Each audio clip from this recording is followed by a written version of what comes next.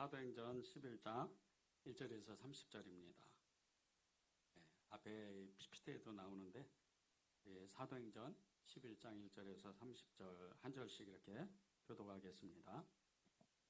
유대에 있는 사도들과 형제들이 이방인들도 하나님의 말씀을 받았다함을 들었더니 베드로가 예루살렘에 올라갔을 때 할례자들이 비난하여 이르되 내가 무할례자의 집에 들어가 함께 먹었다 하니 베드로가 그들에게 이 일을 차례로 설명하여 이르되 내가 요파시에서 기도할 때 황홀한 중에 환상을 보니 큰 보자기 같은 그릇이 내 귀에 메어 하늘로부터 내려 내 앞에까지 드리워졌거늘 이것을 주목하여 보니 땅에 네 발 가진 것과 짐승들과 기는 것과 공중에 나는 것들이 보이더라. 또 들으니 소리 있어 내게 이르되 베드로야 일어나 잡아먹으라 하거늘 내가 이르되 주님 그럴 수 없나이다. 속되거나 깨끗하지 아니한 것은 결코 내 입에 들어간 일이 없나이다 하니 또 하늘로부터 두 번째 소리 있어 내게 이르되 하나님이 깨끗하게 하신 것을 내가 속되다 하지 말라 하더라. 이런 일이 세 번 있은 후에 모든 것이 다시 하늘로 끌려 올라가더라. 마침 세 사람이 내가 유숙한 집 앞에 서 있으니 가이사랴에서 내게로 보낸 사람이라. 성령이 내게 명하사 아무 의심 말고 함께 가라 하시매 이 여섯 형제도 나와 함께 가서 그 사람의 집에 들어가니 그가 우리에게 말하기를 천사가 내 집에 서서 말하되 내가 사람을 요파에 보내어 베드로라 하는 시몬을 청하라. 그가 너와 내 온 집안 구원받을 말씀을 내게 이르리라 함을 보았다 하거늘 내가 말을 시작할 때 성령이 그들에게 임하시기를 처음 우리에게 하신 것 같이 하는지라. 내가 주의 말씀에 요한은 물로 세례를 베풀었으나 너희는 성령으로 세례를 받으리라 하신 것이 생각나노라. 그런즉 하나님이 우리가 주 예수 그리스도를 믿을 때 주신 것과 같은 선물을 그들에게도 주셨으니 내가 누구이기에 하나님을 능히 맡겠느냐 하더라. 그들이 이 말을 듣고 잠잠하여 하나님께 영광을 돌려 이르되 그러면 하나님께서 이방인에게도 생명 얻는 회개를 주셨도다 하니라. 그때 스데반의 일로 일어난 환난으로 말미암아 흩어진 자들이 베니게와 구브로와 안디옥까지 이르러 유대인에게만 말씀을 전하는데 그 중에 구브로와 구레네 몇 사람이 안디옥에 이르러 헬라인에게도 말하여 주 예수를 전파하니 주의 손이 그들과 함께 하심에 수많은 사람들이 믿고 주께 돌아오더라. 예루살렘 교회가 이 사람들의 소문을 듣고 바나바를 안디옥까지 보내니 그가 이르러 하나님의 은혜를 보고 기뻐하여 모든 사람에게 굳건한 마음으로 주와 함께 머물러 있으라 권하니 바나바는 착한 사람이요 성령과 믿음이 충만한 사람이라 이에 큰 무리가 주께 더하여 지더라. 바나바가 사울을 찾으러 다소에 가서 만남에 안디옥에 데리고 와서 둘이 교회에 1년간 모여 있어 큰 무리를 가르쳤고 제자들이 안디옥에서 비로소 그리스도인이라 일컬음을 받게 되었더라. 그때의 선지자들이 예루살렘에서 안디옥에 이르니 그 중에 아가보라 하는 한 사람이 일어나 성령으로 말하되 천하에 큰 흉년이 들리라 하더니 글라우디오 때에 그렇게 되니라. 제자들이 각각 그 힘대로 유대에 사는 형제들에게 부조를 보내기로 작정하고 함께 읽겠습니다. 이를 실행하여 바나바와 사울의 손으로 장로들에게 보내니라. 아멘. 하나님의 말씀입니다. 오늘 말씀을 이렇게 두 단락으로 나눌 수 있습니다. 이렇게 1절에서 18절까지 이 베드로의 그 설명, 그리고 이제 19절에서 30절까지 이 안디옥 교회의 부흥에 대한 이야기, 이 두 가지로 이렇게 나눌 수가 있습니다. 그런데 이 두 가지 이야기를 통해서 우리가 오늘 제목과 같이 예수님을 닮아가자, 이런 말씀을 나누면 좋겠습니다. 오늘 이 말씀 중에 정말 하나님이 여러분에게 하나님의 말씀이 임하고 그리고 예수님을 닮아가는 것이 무엇인가, 그것에 이렇게 큰 은혜를 받았으면 좋겠습니다. 우리가 나이가 들어가면 이제 어느새 원하든 원하지 않든 우리 이제 부모님의 모습들, 그 모습들이 우리의 그 모습을 통해서 이렇게 드러날 때가 있습니다. 좋은 것도 있고 나쁜 것도 있고. 그런데 이것이 유전성이라 그래요. 이게 이제 아버지하고 어머니하고 그 자녀가 얼굴이 비슷하든지 성격이 비슷하든지 어떤 습관이 비슷하든지 이런 것을 유전성이라 그러는데, 이 유전성은 건물을 지을 때 그 설계도가 필요하듯이 그 우리의 생명 안에서, 우리의 생명체 안에서 그 몸과 마음을 구성하는 이 정말 그 우리의 몸을 형질을 이렇게 형성하고 우리의 마음이 어떤지, 그 사람의 성품이나 그런 것이 어떤지 그것을 설계하는 것이 이게 유전자라 그럽니다. 우리가 예수님을 믿을 때 이 예수님의 유전자를 받아서 예수님을 닮아가면 이보다 더 큰 은혜는 없습니다. 예수님을 닮아간다. 정말 예수님처럼 살 수 있다. 그렇게 되면 우리 한 사람 한 사람이 정말 얼마나 행복한지, 또 그 행복으로 인해서 우리 가족과 우리 주변에 사는 모든 사람들이 행복하게 살 수가 있는 거죠. 오늘 말씀해 보면 이 예수님의 유전자를 받아서 그렇게 삶을 변화시켰던 사람들이 나옵니다. 그 사람들이 고넬료, 베드로, 바나바, 바울, 그리고 안디옥 사람들입니다. 이 사람들이 어떤 과정을 거쳐서 그렇게 예수님의 사람들이 되었을까? 그것을 오늘 이렇게 나눠봤으면 좋겠습니다. 첫 번째로 예수님을 닮은 이 고넬료는 1장에서 1절에서 18절에 나오는데 그 1절을 읽어보겠습니다. 유대에 있는 사도들과 형제들이 이방인들도 하나님의 말씀을 받았다함을 들었더니, 고넬료와 그 가족들이 구원받았다는 소식을 예루살렘 교회의 성도들이, 사도들이 듣습니다. 그런데 기뻐해야 되는데 그들은 기뻐하지 않고 굉장히 화가 난 거예요. 화가 난 이유는 이 베드로가 누구예요? 이 베드로는 사도 중에 사도인데 이방인들하고 밥을 먹었다는 거예요. 율법을 어긴 거죠. 그래서 베드로가 오자마자 베드로를 막 책망합니다. 그래서 그 소리를 듣고 이 베드로가 18절까지 내가 왜 그랬는지, 내가 고넬료의 가정에 가서 왜 밥을 먹었는지 그 이야기를 해주는 겁니다. 그런데 이 베드로 이야기를 듣는 중에 결정적으로 예루살렘 교회의 사도들과 성도들이 하나님의 그 역사하심, 일하심에 순종할 수밖에 없었던 것이 15절에 나옵니다. 내가 말을 시작할 때 성령이 그들에게 임하시기를 처음 우리에게 하신 것과 같이 하는지라. 이방인에게도 성령이 임했다는 거죠. 마가의 다락방에서 자신들에게 성령이 임했는데 똑같은 현상이 이 고넬료 가정 가운데 부어졌다는 거예요. 그래서 이 예루살렘 교회의 성도들과 사도들이 꼼짝을 못한 거예요. 아, 정말 이 고넬료의 가정이 구원됐구나. 그렇게 인정할 수밖에 없었어요. 그런데 이 고넬료의 가정의 구원 이야기는 사실 더 깊은 하나님의 사랑이 있습니다. 그가 얼마나 하나님을 사랑했는지, 얼마나 하나님을 만나고 싶어 했는지, 그의 모든 삶을, 자신의 모든 것을 다 들여서 하나님을 만나고자 딱 목표 하나, 하나님을 만나고야 말겠다 하는 마음으로 그는 살았습니다. 그것이 10장 2절에 나옵니다. 그가 경건하여 온 지방과 더불어 하나님을 경외하며 백성을 많이 구제하고 하나님께 항상 기도하더니, 이 고넬료의 마음은 모든 초점이 하나님을 향했어요. 그래서 그는 항상 하나님을 경외했고 하나님께 기도했고 가난하고 연약한 사람들을 도와주기 시작을 합니다. 그 과정 속에서 자신도 모르게 예수님의 성품이 자기에게 부어지는 거예요. 10장 2절의 중간에 보면요, 백성을 많이 구제했다는 말씀이 있습니다. 백성을 많이 구제했다. 이게 하나님의 성품이에요. 하나님의 선한 마음입니다. 예수님이 가졌던 가장 기본적인 마음이에요. 선한 성품, 그 선한 마음.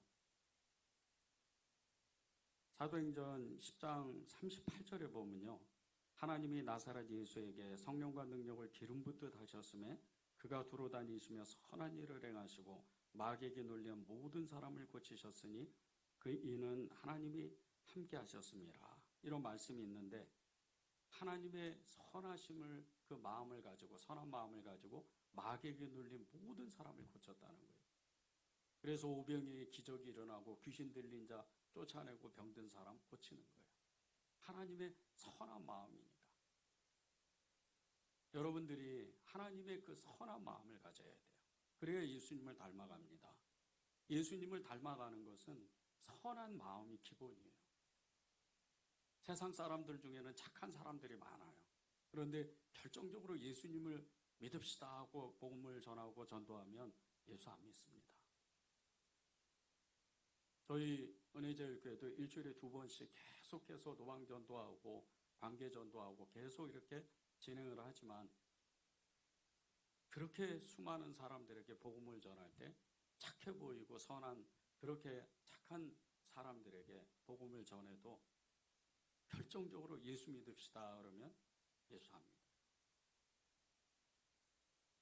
이게 선한 마음과 착한 마음은 다르다는 뜻이에요. 세상 사람들은 착한 사람들이 있어요. 그러나 하나님의 선한 마음을 갖지를 못해요. 그 선한 마음은 예수님으로부터 받아야 됩니다. 예수님으로부터 받아야 하나님의 선한 일을 할 수가 있는 거예요. 우리가 무작정 착한 일을 하는 게 아닙니다.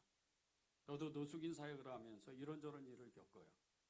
어떤 사람은 너무나 심하게 술을 먹고 싸움을 걸고 그렇게 막 험한 말을 해요. 저는 그때 안 참아요. 더 소리를 지릅니다. 욕만 안 할 뿐이에요. 더 소리를 질러요. 그런데 그 다음 주에 정말 순한 양이 돼가지고 찾아와서 목사님 안녕하세요. 이렇게 또 반기는 거예요. 선한 마음을 가지고 사람을 대하면 그 마음에 악한 마음이 없기 때문에 그 받아들이는 사람의 심령이 녹아요. 그것이 하나님의 선한 마음입니다. 이 선한 마음을 가져야 예수님을 닮아가는 거예요. 고넬료는 그런 마음을 가졌던 겁니다. 두 번째는 예수님을 닮은 이 베드로 이야기입니다. 12절입니다. 성령이 내게 명하사 아무 의심 말고 함께 가라 하시매 이 6 형제도 나와 함께 가서 그 사람의 집에 들어가니. 고넬료가 이제 시몬 피장의 집, 그 요바죠. 거기서 이제 기도를 하는데, 고넬료 이 베드로가 이해할 수 없는 그냥 하나님의 역사, 그게 일어나는 거예요. 너무나 가증스러운 이런 짐승들이 내려왔는데, 하늘에서 음성이 들려서 잡아먹으라는 거예요. 율법을 어기는 거죠. 가증한 음식을 먹으면 안 되는데. 3번씩이나 그런 일이 있는 거예요. 그리고 나서 이 고넬료가 보낸 사람들이 베드로를 찾아옵니다. 그때 성령님이 그렇게 말씀을 하시는 거예요. 성령이 내게 명하사 아무 의심하지 말고 함께 가라. 아무 의심하지 말고 순종해라. 이 베드로는 즉시로 순종을 합니다. 왜? 이 베드로는 순종의 사람이었기 때문이에요. 예수님을 3년 동안 따라다니면서 하나님의 나라에 대해서 배우고 예수님을 통해서 말씀을 배워요. 그리고 마가의 다락방에서 성령의 임재를 어마어마하게 경험을 합니다. 그리고 나서 베드로는 하나님의 말씀이라면 무조건 순종하는 거예요. 이 베드로가 처음부터 그런 것은 아니에요. 베드로는 때로는 자기 마음대로 행동하고 그 어마어마한 그 성질 때문에 예수님을 막 흔들어서 꼼짝 못하게 할 정도로 그렇게 자아가 강한 사람이었어요. 결정적으로 예수님이 이 십자가에 달리시기 전날 밤에 3번씩이나 부인하는데 마지막에는 저주까지 가는 그런 사람이었어요. 그렇게 베드로의 인생은 좌충우돌 쓰러지고 넘어지고 계속해서 실수를 하고 때로는 죄도 짓는 그런 인생이었어요.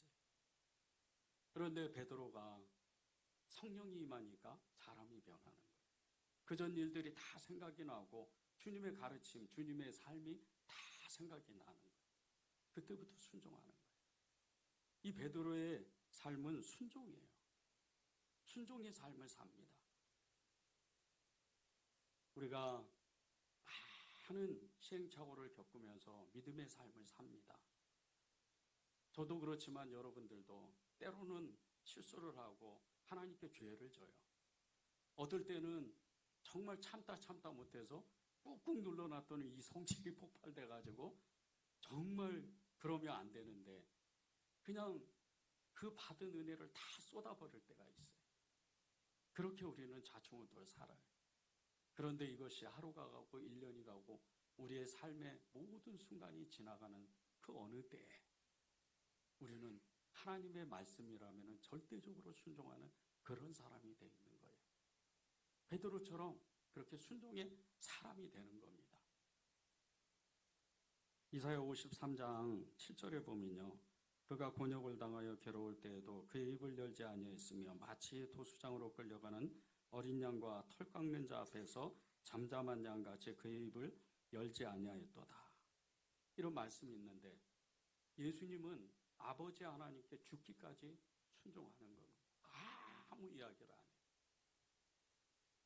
보살장에 가면요. 이 양을 잡을 때 양이 꼼짝도 안 해요. 자기 생명이 끊어지는데 그대로 가만히 있는 거예요. 그거와 같이 예수님이 하나님의 그 어마어마한 그 이 십자가의 그 놀라운 계획들 이것에 절대적으로 순종하는 거예요. 베드로가 그것을 안 거예요. 순종이 예수님의 성품이다. 순종해야 예수님을 닮아간다. 그것을 안 겁니다. 그래서 베드로는 이 고넬료가 보낸 사람들, 이방인이 있잖아요. 이방인들이 같이 가자 그랬을 때 그 사람을 처음 본 사람들임에도 불구하고 기꺼이 따라가는 거예요. 그리고 어마어마한 일들을 만들어내는 거예요. 여러분들이 예수님의 정말 예수님을 닮고 싶다면 예수님의 성품을 여러분의 마음 가운데 담아두고 싶다면 순종의 사람이 돼야 돼요. 그 순종을 배워야 됩니다. 그래야 여러분들이 예수님을 닮아가는 거예요. 세 번째로 예수님을 닮은 사람은 바나바입니다. 24절을 보겠습니다. 바나바는 착한 사람이요 성령과 믿음이 충만한 사람이라 이에 큰 무리가 죽기에 더하여지더라. 이 바나바가 누굽니까? 마가의 삼촌이고 율법에 능통한 사람이에요. 또 어마어마한 부자입니다.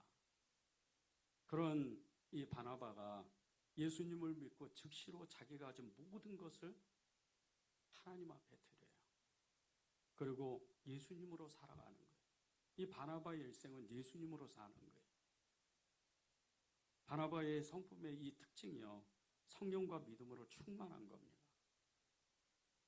여러분에게 계속해서 주의 강단에서 또 목회자분들, 목사님들이 성령 충만합시다. 계속 여러분에게 권면하는 이유가 있어요. 여러분이 성령 충만하지 않으면 예수님을 알 수가 없어요. 성령 충만하지 않으면 예수님을 따라갈 수가 없어요. 성령 충만하지 않으면 예수님을 믿을 수가 없습니다. 믿음과 성령은 직결되어 있는 거예요. 여러분이 믿습니다. 하나님이 나에게 축복을 주실 것을 믿습니다. 저는 예수님을 사랑합니다. 예수님을 따라가겠습니다. 천국을 가겠습니다. 그 믿음은 성령 안에서 이루어지는 거예요. 그 성령으로 충만해야 돼요. 그 성령으로 충만해야 여러분들이 예수님을 닮아지는 거예요. 이 성령으로 충만하려면 여러분이 정말 주님께 전심으로 나의 모든 것을 예수님으로 살기를 결단해야 돼요.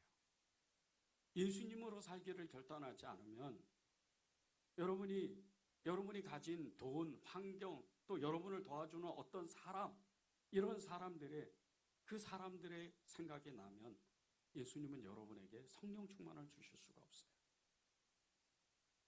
믿음은요, 이쪽에 한 발 두고 저쪽에 한 발 두고 그렇게 살아갈 수 있는 이 삶이 아닙니다. 성령 충만은 내가 그냥 하나님 성령 충만 주십시오 이렇게 구한다고 성령 충만으로 되는 게 아니에요. 오직 그분으로 살기를 결단해야 돼요. 내 어떤 일이 있어도 나의 가진 모든 것을 하나님께 드리는 한이 있어도 나는 예수님으로 살겠다. 예수님으로 나의 모든 것을 일생을 걸겠다. 그 사람이 바나바예요. 이 바나바가 어떤 사람입니까? 성령과 믿음이 충만해서 그가 가는 곳곳에 사람이 살아나요. 안디옥 교회 전체가 일어나는 거예요. 많은 사람이 전도에 오는데 이 바나바를 통해서 안디옥 교회가 어마어마하게 커지는 거예요. 여러분이 성령으로 충만하게 되면 예수 그리스도의 그 생명의 역사, 생명의 능력이 여러분을 통해서 나가는 거예요. 여러분의 가족들, 여러분의 자녀들, 여러분의 형제들, 그리고 여러분이 만나는 모든 사람들이 살아나게 돼 있어요. 예수로 사는 사람들이 그런 사람들인 거예요. 예수로 닮아진다. 예수님과 동일해진다. 똑같아진다. 이것은 성령 충만한 사람이 됐다는 뜻이에요. 여러분이 성령 충만한 삶으로 하나님을 정말 드러내고 예수 그리스도의 흔적을 나타내고 끊임없이 주님을 증거하는 그런 삶을 사시기를 바랍니다. 네 번째는 예수님을 닮은 사람, 바울입니다. 25절, 26절을 읽겠습니다. 바나바가 사울을 찾으러 다소에 가서 만남에 안디옥에 데리고 와서 둘이 교회에 1년간 모여 있어 큰 무리를 가르쳤고 제자들이 안디옥에서 비로소 그리스도인이라 일컬음을 받았더라. 이 바나바가 이 다소에 사는, 이 안디옥에서 다소는 꽤 먼 거리예요. 근데 이 다소에 사는 이 사울을 이제 바울이 되죠. 이 바울을 찾으러 가요. 찾으러 가는데 이 시간이 어마어마하게 오랜 시간이에요. 이 바울이 다메섹에서 예수님을, 부활의 주님을 만나고 복음을 전하고 하나님의 일을 어마어마하게 했어요. 그런데 많은 사람이 핍박을 합니다. 교회에서조차도 그를 잘 인정 안 해요. 아무리 열심히 복음을 전해도 그렇게 역사가 크게 일어나지 않는 거예요. 이 바울이 자의반 타의반으로 자기의 고향으로 돌아가요. 그리고 10년 이상 그곳에서 삽니다. 이 10년 동안 이 자기 고향에서 살면서 이 바울이 무엇을 했을까요? 그곳에서 하나님의 시간을 기다리는 거예요. 하나님께 쓰임받고 싶어서 그 시간을 기다리는 거예요. 1년이 가고 2년이 가고 10년 동안 하루하루 매일 주님께 기도하고 말씀을 공부하면서 그 시간을 기다리는 거예요. 그러다가 어느 순간에 예수님의 성품, 그 인내의 마음이 이 바울에게 부어져요. 그리고 그는 이 안디옥 교회에 가서 어마어마한 일을 합니다. 그 수많은 성도들을 가르쳐요. 그리고 그들에게 정말 어마어마한 믿음을 전해주고, 그리고 이 안디옥 교회의 성도들이 바울의 가르침, 이 바나바의 가르침을 받고 그리스도인이라는, 이 그리스도의 사람이라는 이 이름을 받아요. 이게 바울이 10년 동안이나 인내하고 하나님께 기도하고 하나님을 배우고 하나님의 성품을 갖기 위해서 말씀을 공부했던 결과물이에요. 여러분들이 예수님을 진짜 닮고 싶다면요, 지금 이 시간을 소중히 여겨야 돼요. 지금 이 시간이 여러분의 시간입니다. 하나님의 시간이에요. 이 시간은요, 여러분들이 1시간 예배드리는 시간이 아니에요. 그 주님을 만나고 그분의 그 마음을 받고 그분의 성품을 내 안에 담는 시간이에요. 그리고 예수님을 만나고 그분을 닮아가는 시간입니다. 이것이 쌓이고 쌓이고 쌓이면 그 어느 순간 나의 얼굴이 확 변해요. 그리고 나를 통해서 성령의 능력, 말씀의 능력, 이 하나님의 그 놀라운 기적과 이적과 표적이 나타나기 시작하는 거예요. 성경에 기록되어 있는 이 귀신을 쫓아내고 병을 고치고 하나님의 그 놀라운 역사를 만들어내는 것은 2100년 전에 이 사도들이, 성도들이 했던 일로 그치는 게 아니에요. 지금도요, 지금 이 시간에도 2024년 이 6월 달에도요, 전 세계 곳곳에 어딘가에서는 하나님의 그 이름, 예수 그리스도의 그 이름을 가지고 귀신을 쫓아내고 병을 고치고 어마어마한 역사를 만들어내요. 이런 사람들은요, 대부분 기도하는 사람들. 이런 사람들은 대부분 주님을 쫓아갔던 사람들이에요. 지난 2000년 동안 기독교의 부흥의 역사가 시대 때마다 계속 일어나는 그 어마어마한 부흥의 역사 가운데 부흥의 주역들, 이 부흥의 주역들은요, 오랫동안 기도했던 사람들, 오랫동안 말씀을 읽었던 사람들, 오랫동안 인내했던 사람들이었어요. 그 사람들을 통해서 역사가 바뀌는 거예요. 여러분들이 믿음으로 살아가게 될 때, 예수님을 정말 내가 사랑하고 싶고자 정말 그런 마음을 품었다면 오늘을 소중히 여기고 어제와 오늘이나 내일이라 동일하신 그 예수님, 시간의 주인이신 그분을 따라서 오늘도 감사하면서 전심으로 예배를 드리는 거예요. 꼭 성경을 읽으십시오. 그리고 선한 일을 하고 하나님의 그 어마어마한 일들을 꿈을 꾸는 거예요. 기독교의 그 모든 사람들, 믿음의 증인들은 꿈꾸는 사람들이었어요. 요셉 한 사람만 놓고 보세요. 17살 때의 꿈을 꾸고 13년이 지나서 30살 때 세계에서 가장 큰 나라의 총리가 돼요. 그는 13년 동안 인내를 했어요. 그리고 하나님께 쓰임받는 거예요. 여러분이 정말 이 인내의 시간을 소중히 여긴다면, 오늘도 주님이 나와 함께 계신다는 것을 내가 믿는다면 그분의 그 성품, 인내의 시간을, 그 인내의 마음을 내가 즐거워하며 기뻐하면서 그분을 따라가는 거예요. 마지막으로 5번째는요, 예수님을 닮기 이 정말 가장 중요한 일이에요.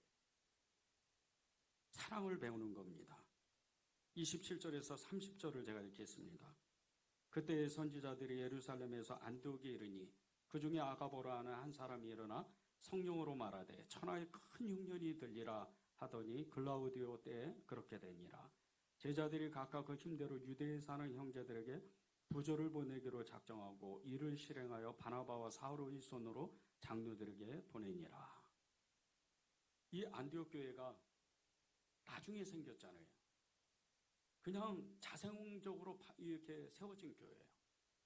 이 교회가 이제 이 모 교회인 정말 예루살렘 교회를 아무런 생각 없이 그들을 도와줘요. 아무런 뜻도 없어요. 아가보라는 한 사람이 이 안디옥 교회에 와서 예루살렘에 와서 예언을 하는데 천하에 큰 흉년이 들 것이다. 이 흉년은 너무나 흉악해서 견딜 사람이 없을 거다. 그런데 하필이면 그 정중앙이 팔레스타인 지방이었어요. 이스라엘 지방이었어요.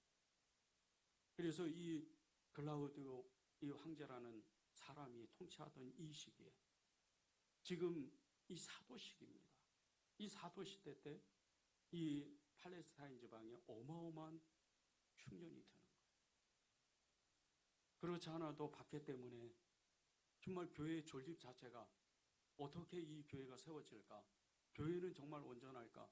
그렇게 노심초사 걱정하고 제일 쩔매는 이 예루살렘 교회 사도들, 성도들, 몇 안 되는 성도들이 쩔쩔매고 있는데 저 멀리 안디옥 교회에서 자기들을 도와주려고 바나바와 사울이 찾아오는 거예요. 그것도 많은 돈을 가지고 찾아와요. 이게 예수님을 닮아가요. 여러분이 여러분 주변에 형제들을 한번 보십시오. 친한 사람도 있고 아직 덜 친한 사람들도 있어요. 그런데요, 친하든 친하지 않든 여러분의 주위에 있는 그 사람들을 진짜 사랑해야 돼요. 여러분이 예수님을 사랑하는 그때부터 여러분 주변에 있는 그 사람들을 진짜로 사랑해야 돼요. 이 안디옥 교회 성도들은요, 예루살렘 교회에 지금 오해를 받은 상황이에요. 이방인, 대부분 이방인들이라 뭘 그렇게 이렇게 제재하는 게 많아요. 가증한 것 먹지 마라. 할례받아야 된다. 막 이런 요구가 많은 거예요.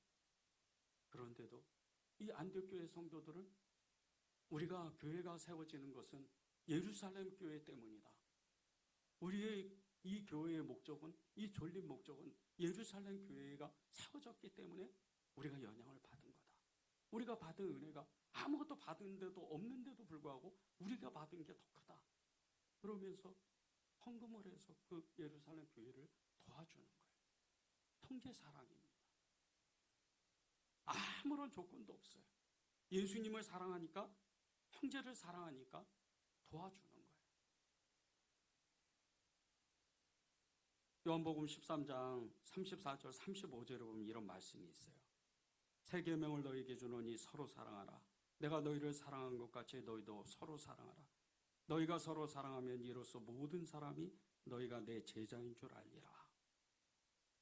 예수님의 성품 중에요, 가장 큰 것이 사랑이에요. 하나님은 사랑이시라. 하나님의 사랑이 내 안에 차고 넘쳐서 이 사랑을 어찌할 바를 알지 못하고 내가 가는 곳곳마다 예수님의 사랑을 나눠주는 그 사람이 예수님을 닮은 사람이에요. 그 사람이 예수님의 사람이라고 그러는 거예요. 이 안디옥교회 성도들은 그런 예수님의 사랑의 마음을 품은 거예요. 여러분들이 교회에서 좋은 사람만 사귀지 마십시오. 어려운 사람, 나하고 좀 껄끄러운 사람, 그런 사람을 사랑해야 돼요. 교회의 목적은, 진짜 교회가 세워지는 것은 그거예요. 어느 목사님이 그러시더라고요. 교회는 병자들의 모임입니다. 맞아요. 병자들의 모임이에요. 몸이 아프고 마음이 아프고 상처받고 이런 사람들이 모이는 거예요. 그래서 예수님의 사랑으로 그 허물과 그 연약함을 덮고 서로 일어나는 거예요. 믿음의 사람으로, 성령의 사람으로, 그리고 예수의 사람으로 일어나서 서로를 뜨겁게 사랑하고 그 사랑이 교회의 담장을 넘어서 세상을 밝히는 거예요. 사도행전 1장 8절에 보면요, 성령이 너희에게 임하시면 온 유대와 사마리아 땅끝까지 내 증인이 되리라 주님 말씀하셨어요. 계속 울타리를 넘어가잖아요. 지경이 넓어지잖아요. 여러분, 예수님의 사랑으로 충만하게 되면, 예수님의 그 성품을 닮아가면, 예수님을 닮아가면 그런 삶을 사는 거예요. 여러분의 그 마음을 넓히셔야 돼요. 여러분의 지경을 넓히셔야 돼요. 그리고 예수님을 닮은 사람처럼, 예수님의 사람처럼 그렇게 사는 거예요. 성경에서 그 믿음의 유전자가 얼마나 중요한지 한 가지 이야기를 하겠습니다. 하나님께서 가장 사랑하셨던 이 다윗의 이야기. 이 다윗은 이스라엘에서 가장 뛰어난 왕이에요. 다윗을 따라갈 왕은 없어요. 한 300년 지나서 유대의 13대 왕이었던 히스기야, 이 사람이 다윗의 한 절반 정도 따라갔을 정도지 다윗을 따라갈 사람은 없었어요. 하나님이 너무 사랑했고 하나님을 그 스스로도 너무 사랑했던 사람이에요.